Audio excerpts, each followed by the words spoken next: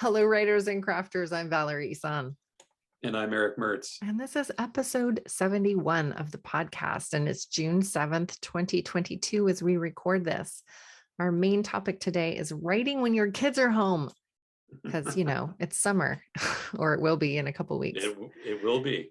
It will be. This podcast is sponsored by our patrons at patreon.com/Valerie Ihsan, IHSAN. For as low as $1 a month, you can get really cool shit. She said it, folks. It's not just stuff. I'm going to have to mark this episode unclean. Become a patron of the arts at patreon.com/Valerie Ihsan. So I'm still reading 7 Steeples. I'm at the very end of it. I'm just, it's full of all these little juicy slice of life. The setting is really awesome. And it's a wonderful peek into the world of this couple that just lives life at the bottom of this mountain. And I have this image of, there's somebody that I work with, and for some reason, I have no idea why, she is this character. Every time I read about this character, it is my coworker. I can totally see her in this book. That's interesting. So yeah, it's been kind of fun, actually. Right. I'm learning so much about her. Right. And then I have a whole slew of like business and craft books that I'm going to be reading next. So yeah, I think I feel a surge of reading energy coming upon me. So I'm going to be reading a lot of books, and I have a lot of little, like shorter ones that I'm going to hopefully just sort of pound out. Are those the craft books, the shorter ones? Yeah, there's one craft book that's meatier, but it's for this book club that I'm in called Craft in the Real World. Did I tell you about this book? No, it's basically the author is asking, how can we invite diverse storytelling traditions into the literary spaces? So there's going to be, it's kind of like a classroom, like a writing workshop sort of book. Interesting. And then the other ones are, on business and book coaching business and what we were talking about last time, what to do when you don't have a book coming out, and even more sage advice. It's a great title. It is a great title. What about you? What are you reading? What's going on in your world? Well, this topic of this podcast is eerily becoming real. I mean, I have 3 days left of public school occupying my child, and then I have to fill the gap. So we'll talk about that soon enough. I guess, but that's, top of mind. I'm reading a book, actually I have it in my hand. It's a memoir, and it's called Be Brief and Tell Them Everything. That's a great title too. And it's funny that you mentioned the other one, What to Do When You Don't Have a Book Coming Out. Great title. I grabbed this from the library stack at the Holgate branch of the Portland, Multnomah County Library, because I saw the title and thought, I don't know what this is, but I have to read this. But it's one of those times when it was the perfect book to read at this stage of life. It's a memoir about a writer this is basically they called it like autofiction. It's sort of it's a biography fiction-ish thing. But it's really like him saying, like, I was trying to write a book. I can't get that book out. So I'm going to write this book about writing the book. So it has this sort of meta feel to it. But it's interesting. He's a struggling writer. He's successful by by anyone's estimation of success. He's a successful writer, screenwriter, filmmaker, novelist. But he's struggling with real life things. And he has a son who has developmental disabilities and an older daughter who's takes the burden of that, and it's just Who's the author? His name is Brad Listi, Listi. It came out. It's really recent. It came out about a month ago. It didn't have much fanfare. It wasn't even on the recommended new books from the librarians, which which that's a big standard. If you get to know your library people and they recommend it, then by all means you should read it. But this is fantastic. I mean, I'm about 5 pages from the end. So I'll be done with it by the time the sun goes down. But it's just, he's just such an honest guy. He comes off as real honest, and there's some really talks about the difficulties in having a child that he and his wife went through in really frank terms, and the writing. And I think it ends with him trying to go on a mushroom trip and trying to like clear his head, and what that was like. And I normally don't like people writing about being under the influence, but this was probably the best under the influence writing I've ever read. It's just, it just felt realistic, what a 40 something feels like going through that. So, but it's a great book. I would highly recommend it to anybody who's, at our age, who are, or just at an age where they're looking at life and how to fit creativity into it. Cool. I'm totally going to put that on my list. And then now the next book, I'm going to read something much, much lighter, because I need something a little more cartoonish after this, because it did, each time I put it down, I've had to stop and think and, put things into perspective, and because a lot of his life, things have happened to me that have happened to him. And so before this, I read Post Office by Charles Bukowski that took all of like 3 days, and that's it was a whole different ride of like, this book was the life examined, and Bukowski's was the life unexamined. It's just so. I need a summer read though. Next week, I promise I will be talking about a summer read. Something. I feel that summer read coming on. Partly because I've got a kid that's going to be out of school in 3 days, and I need to know what to do. All right. Well, that's a good segue. So what do we do when the kids are not in school? How do we find time to write? I guess we would start with saying, if you have a writing schedule, right, that involves writing when your children are not in the house, or if you leave the house to write and while your kids are in school, and all of a sudden that's going to change for the summer months, what do you do instead? So I guess the first thing you do is examine your own schedule, and do you write when the kids are in school? So you don't write when the kids are in school, is that correct? I mean, you do some of. I work a conventional, like my writing schedule is pretty much, my writing business schedule is pretty much 7 to 3, which would be the hours that Elijah's in school. But my wife only works 2 weekdays out of the week. She works on the weekends. So, not to go into too much into the weeds, but it's a matter of like, first off, you have to look at the whole schedule thing, right? You have to know that, what is that? If you're taking away 7 to 3 or whatever the kids' school hours are, and if they're of the age where they need some assistance, you have to then, like, what are you doing during that time? Is it going to be, are you writing? If you're writing during that time, I think the first question you need to ask is, are the kids going to be home 5 days a week for all 10 weeks of the summer? Because, for me, look, I'll just answer top down. My question was, is it good for my kid to be home all summer by him, with his parents or grandparent?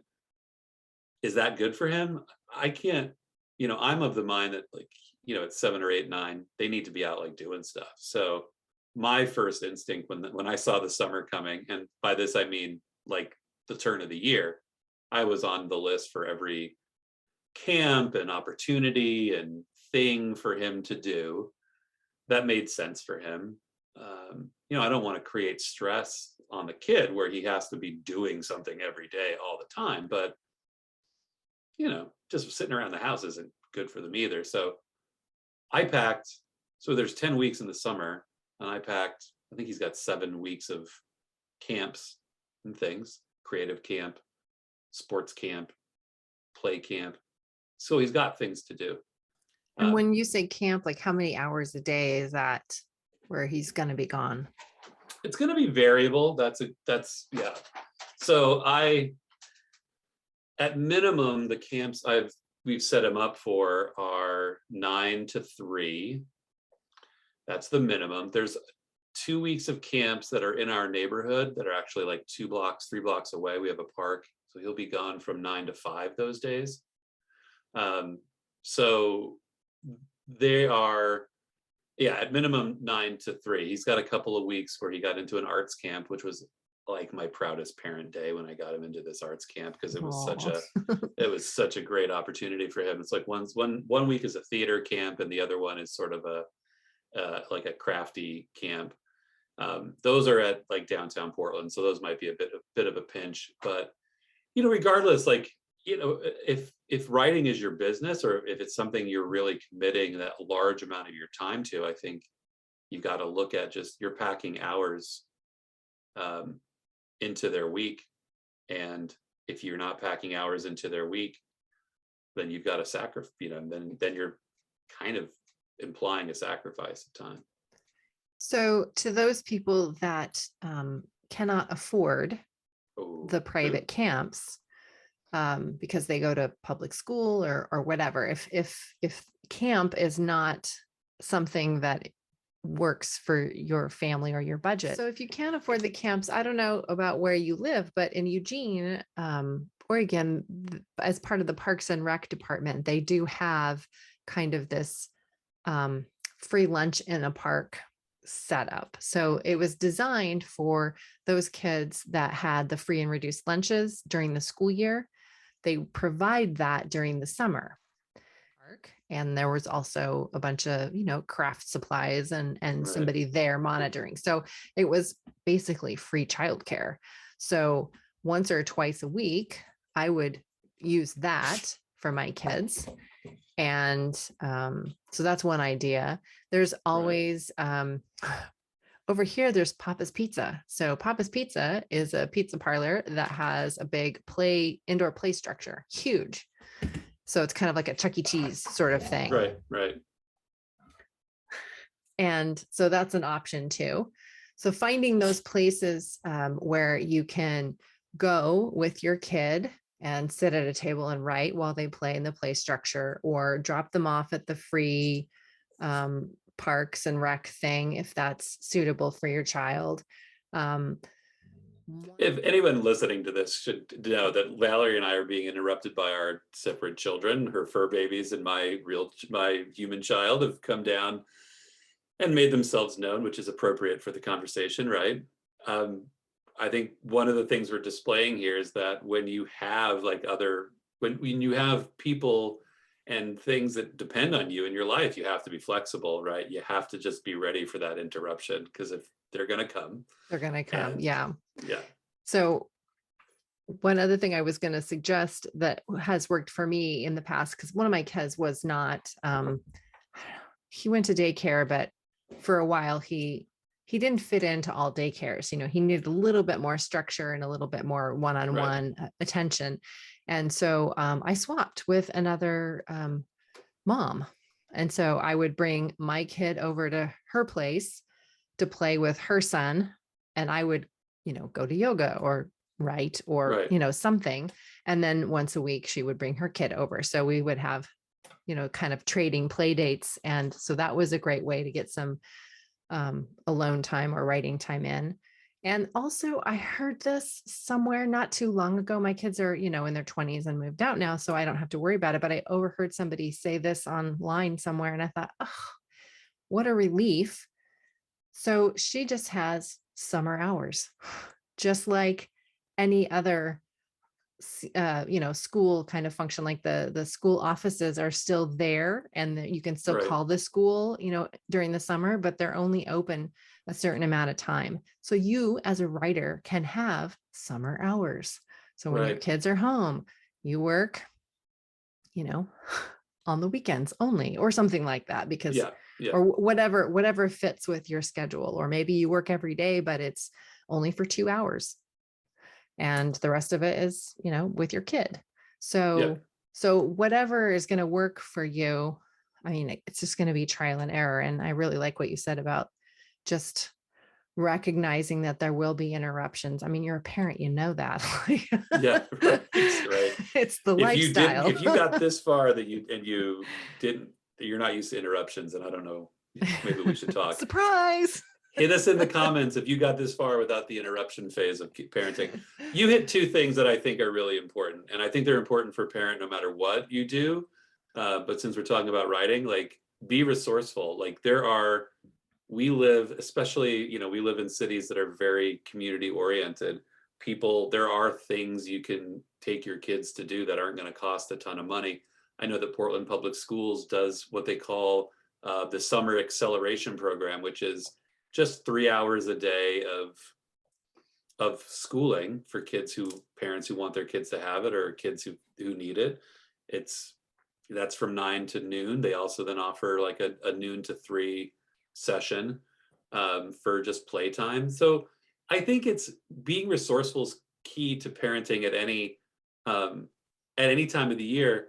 I think when it comes to summer, I think we need to remind ourselves that we have to be resourceful for ourselves, because our lives don't stop for those 10 or 11 weeks. We just have to, we're being resourceful to give something to our children so we can be resourceful for ourselves. Mm-hmm. The other thing you brought up is that whole, like, it takes a village thing when it comes to just your community, that whole like swap thing. We have a family friend that her real stress points are on the weekends. Well, for me, like, I'll take your kid over here for Saturday afternoons. Those are sweet times over here. She doesn't mind taking him for a couple of hours on a Wednesday, which is a work time. So just having that communication and being flexible and offering something it gets the kid, it helps your community, helping somebody else, and you're going to get those hours of writing. That's really important. The other thing I did, oh, go ahead, you go. Oh, I was just going to suggest that along the summer hours sort of idea is, I was thinking reduced hours to accommodate the interruptions, are going to happen. And just, your kids are home. So it's fun to go do something fun at the river or whatever. But when you do need to spend time working, so you can reduce the hours or you can change the hours. Yeah. So this was for yoga, not writing, but it could be used for writing. I remember when my kids were really little, I would go take the 6:30 a.m. yoga class and be home by 8 before my husband left for work. Right. It was the only time. I mean, that was not my favorite time to go do yoga. Let me just tell you. Right. But it was really important to me. And I needed it for physical and mental health. And so I made that work for me, and I didn't do it all the time, but you have to be, you're resourceful with you. If that's the only time you can make it work, then, maybe for a few weeks or a few months, you've got to get up and do the 6:30 session of writing before your spouse takes off. Right. Just for the summer, the summer hours. And that was really freeing for me. When I heard that one woman say that she had summer hours, I was like, oh, why didn't I never think of that when my kids were little? That's amazing. Yeah. So, yeah. And I've done, like, my wife and I have had plenty of conversations about, I told, like, next week is Elijah's first week of the summer. I have just told myself, this is a low production week. I'll take what I can get before noon, and then I will adjust accordingly afterwards. He is independent enough to go play at a friend's house, or, sit and play with his tablet for 2 hours. I can, but, I also just said, like, next week, if he doesn't have anything to do, I have to lower my expectations. I just have to, that's a light week for me as a professional. Mm-hmm. You have to, like, that's your summer hours. Like, I'm not gonna, hold everything to that stringent standard 9 to 5. Yeah. And I think mindset has a lot to do with that too. Like being willing to have that flexibility and being willing to expect less from yourself because of the current circumstances. And I think that's a hard one for a lot of people. I will tell you, I am that person it's really hard for. If I'm just finishing with a draft of one book. I'm actually, like, through the draft of the following book. I'm through the draft of Funeral Shadows. The first draft, it's going out to the writers group this week for the first time. It is really hard for me to look at the summer. I could have it done by the end of the summer. This was the goal, right? This was the rapid release thing. I was gonna, but I had to stop myself and say, if it's a month different, if there's a month difference between pushing it and getting it out on some schedule, or enjoying the peace of mind and getting out a little later, what would you rather have? Right. You know, and whose standard am I holding myself to? Exactly. I was just going to say, those deadlines are totally self-imposed. We set them ourselves. Right. And publication day is going to be blah, blah, blah, blah. Right.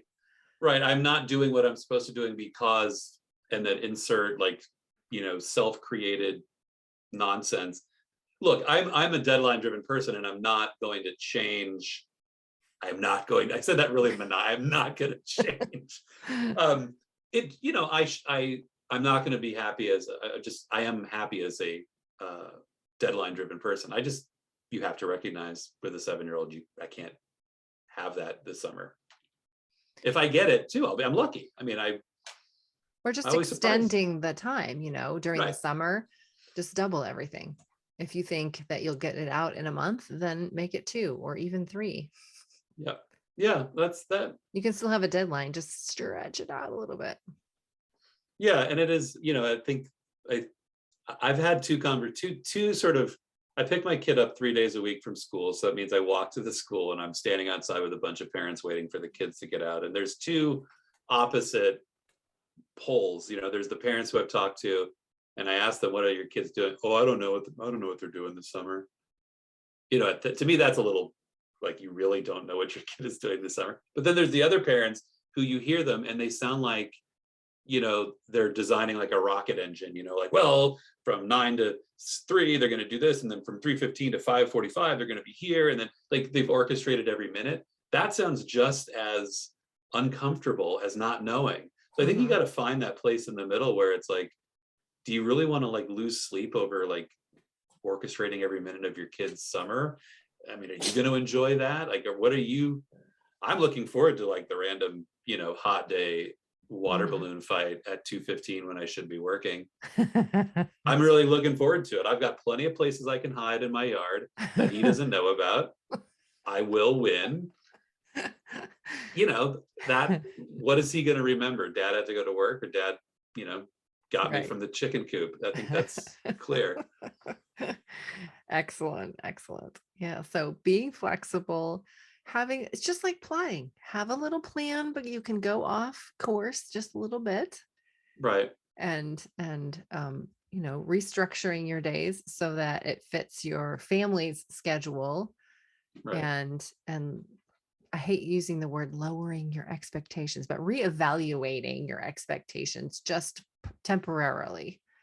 So equally disliked by me is the fluid expectations, which just means I don't have expectations, but I have had to absorb that mindset of fluid expectations because, like I said, next week he's got nothing to do. I will get work done, but But maybe it'll be at a different time of the day, or maybe it'll slip in here or slip in there. Yeah. Well, and that's the other thing about summer too, right? It's hot. So you might not, it might be better to work late at night when it's a little cooler, or, it might be better off, just, I don't know, just the conditions might just lend itself to a change in schedule. And look, I have said I'm a routine person, and I've said these are the times that I work and do all these things, but you also have to be open to like maybe something that happens in this chaotic period will become the new, like, this works for me moment, right? I might find that I really like having noon to 3 off and then working a couple hours in the early evening after a break. Who knows? You might find a new rhythm that you'll take with you into the fall. That's happy accidents. Yeah, for sure. I don't think we let ourselves have those things. We try to structure our lives to get results that we're looking for, and then we forget that a lot of those things that work for us we stumble into, and then suddenly, it becomes a part of your habit. Yeah, just being open to something changing. Yeah. Finding that new thing. Yeah. And you said something about, we've talked a little bit about finishing energy, and we've talked about those sort of different energies, but I don't know about you, but I like summer for me is a good, especially like mid to late summer becomes a good time to start new things. It starts to feel like a time you're still in that growth period. It's still like that time. So it might be a good time. I didn't bring this up. Yeah, I'm surprised I didn't. I'm taking August, and it's just going to be low productivity August as far as like output, but it's going to be more of like planning, like how am I going to do, how will I use this thing? I've always wanted to do this, and I've always wanted to do that. And I'm going to take that month and just be brainstorming more than like, getting words out and pages out. I always felt like September was the beginning of the year. The fall seemed there was always so much more new beginnings in the fall for me, rather than the arbitrary like January. Not to mention I'm usually depressed in January and I don't want to do anything. So September is where it's at for me, September, October. So yeah, I totally get what you mean by taking August to sort of like reevaluate and do, for me, I like doing those, the admin stuff, the behind the scenes things, the promotional stuff, planning out promotions and thinking like the CEO of your author business and looking at that stuff. So maybe less new words, but fixing all of that other stuff that you have been letting go of in the other parts of the year. And so I think what you were alluding to before was also the rhythms of your year and kind of knowing what those are too. So I know like in December, I can't do anything in December. I have too many hours at the day job. I have, travel and holidays and, there's just a bunch going on, and it's also, winter, and I don't have it in me. And so I don't, I've decided that I just can't take any client work, for instance, in December's. And August, I've toyed with that as well, like not taking client work in August. I don't know if that's realistic for me, especially this year, but yeah. So knowing your own personal rhythms in the year and what works for you, what works for your kid this summer, if you have, it really depends on their developmental stage, regardless of their age and, if they have special needs and, are they an infant? Are they a 7-year-old? Are they an 18-year-old? Are they a 12-year-old? Do they need rides to the pool? Can they take the bus by themselves? Like there's so many variables, and only you're going to know what's going to work for your family. But yeah, have some compassion for yourself as a writer and figure out what's going to work for you this summer and put it in the comments. We would love to hear your ideas. Please. Yeah. And again, if anybody's gotten through parenting without the interruption phase, I'm going to hold on to that. If you have the secret to no interruptions, we'll take it. And we can talk about writing a book together, because I think we can make millions. I joke, I have the greatest kid in the world. Like he is like not as, I make this podcast with you every week, and he's usually doing something else. He's rarely ever like truly he knows that in this office, 2 things happen. Dad writes and plays Dungeons and Dragons. He knows not to interrupt for the most part during writing time. So, what are you going to do? Deal with the interruptions. Yep. Hug them. There's one parting piece of advice, I think, and I don't know if it totally fits into this conversation, but it keeps floating around in my head. So I'm just going to say it. So there were a lot of times when my kids were young that I would tell myself, I can't because I have kids, or I can't do that because they're here, or I can't. So there was a lot of like negative self-talk going on. And, I realized too late, of course, as you do. As we are all prone to do, right? That I could tweak that and say, okay, well, what can I do, with them? Right. And there was usually something that I could just tweak a little bit so that I could do the thing that I wanted, or some variation of it. Or maybe it was completely different, but, it was something that was fun and new and that, I hadn't thought of before. So this summer, maybe think, if you can't write from 7 to 3 every day, what can you do when your kids are home? That's good advice. That's really kind of a lovely way to think of it too. Like, but you might just find something better than writing for a little while. We're planning our first like family vacation this summer, like the first like get in a car, go on a road trip vacation for this summer. So I think that, I'm dragged. That for me is what you're talking about. Like, what can I'm not going to write for a week. Although I did say this is not going to be like writing for work writing. It's going to be more writing for me writing. I'm going to need a little bit of an outlet during that time, but it's better. You're a human. You need a break. You need a vacation. Take for one. Sure. All right. Well, Are thanks for joining us. I think so, because speaking of kids, you've got a baseball game to get to, right? I do. The last one of the year. All right. Awesome. Thanks for talking with me this week. Yeah. And we'll see you next week for the next episode, which we're what is talking our topic about. Next week? We're going to talk about the 3 C's of plotting or pantsing, I suppose. Story structure. Right. Let's just say that the 3 C's of story structure: conflict, choice, and consequence. And we'll talk about that on the global story level. So it's probably going to be a little heavier conversation than this one, like a little more technical. Yeah. Okay. There won't be as much giggling. Okay. You never know. There might be, right? There might be. We tend to laugh about a lot of things. Cool. Well, I'm looking forward to that. I can't wait. See you next time. Bye-bye. Bye-bye.